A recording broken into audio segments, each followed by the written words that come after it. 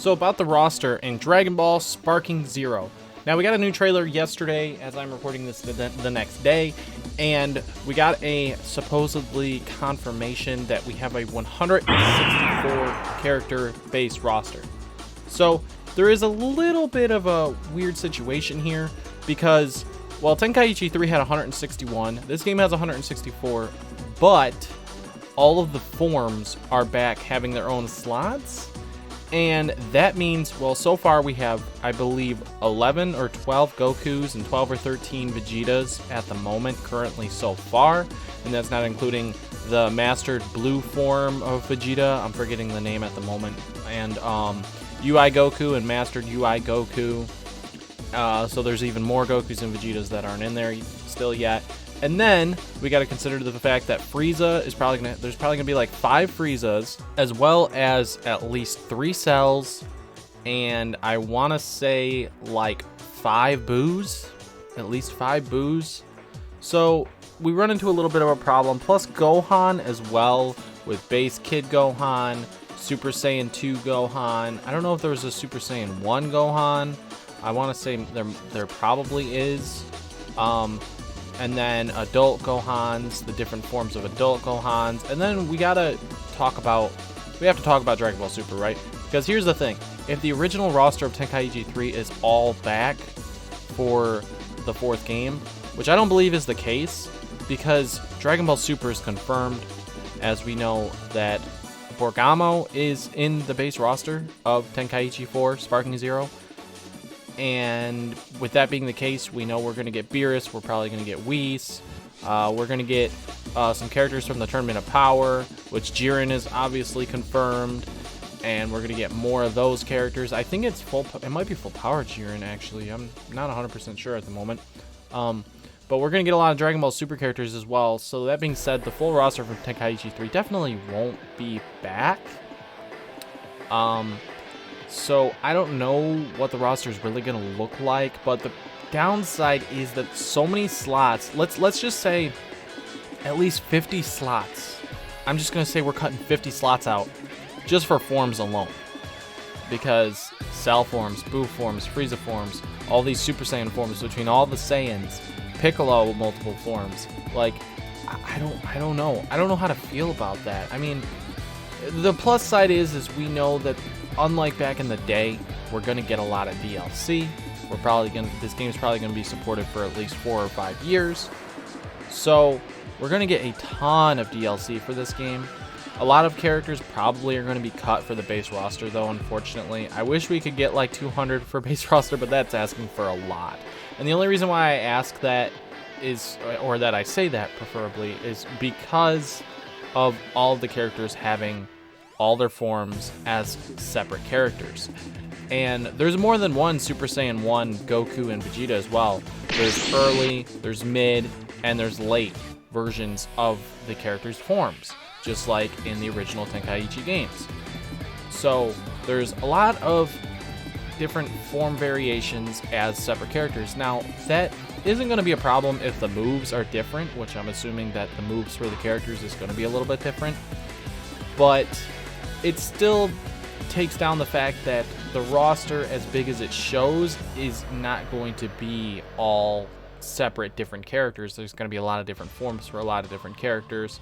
And I don't know if we're going to get Dragon Ball Super Superhero in the base roster or not. I hope so. But the reason why I say that is because this game's been in development for over 5 years now. And that means that, while Broly is confirmed, that movie came out in late 2018, early 2019, when the game probably started its very early development cycle. So Superhero didn't come out until 2023, I believe? Or was it 2022? I can't remember at this point. The last year flew by. But that being said, I'm a little bit worried about some things with the game, but we do know that big characters are back, which is cool, so we're going to get more of that.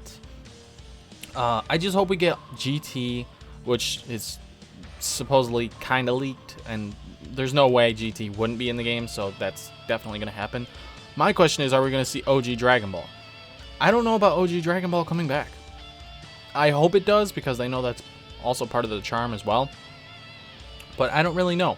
And then we got Dragon Ball Super, and the thing is Dragon Ball Super being in there is already confirmed, obviously, and we're gonna play through the story of that game most likely. But I think the playable characters are just gonna be some of the main ones. Borgamo kind of is a main one when you think about the Universe 6 vs 7 tournament. Borgamo was kind of a main one versus compared to the other two Foxes, so I think that makes sense. I think when it comes to Tournament of Power characters, they're only going to make like the main ones of the other universes playable, that like Goku and Vegeta fight and stuff, because they're not going to add all of them in the base roster of this game, it's looking like. So we're going to get a lot of characters that might be cut and that will be in future DLC. There's probably movie characters are definitely going to be back as well. It's just a matter of how many are going to be back. Probably all like the big popular names for sure. I don't know if the whole roster of I don't think the whole roster of Tenkaichi 3 is in here because of Dragon Ball Super. I'm just wondering if OG Dragon Ball is going to be back. Let me know if you think OG Dragon Ball is going to be in this, because GT is definitely happening and Super obviously is there, but we don't know if OG Dragon Ball, the original Dragon Ball, is going to be in here or not. Like when it comes to Kid Goku, we might just get GT Kid Goku and not original Kid Goku. As for characters like Mr. Popo, I don't think is going to be playable. A character such as like the Turtle, I don't think they're going to be playable. Those were very spoofy characters that I would be okay with those couple going away. Someone like Roshi, obviously, I want playable.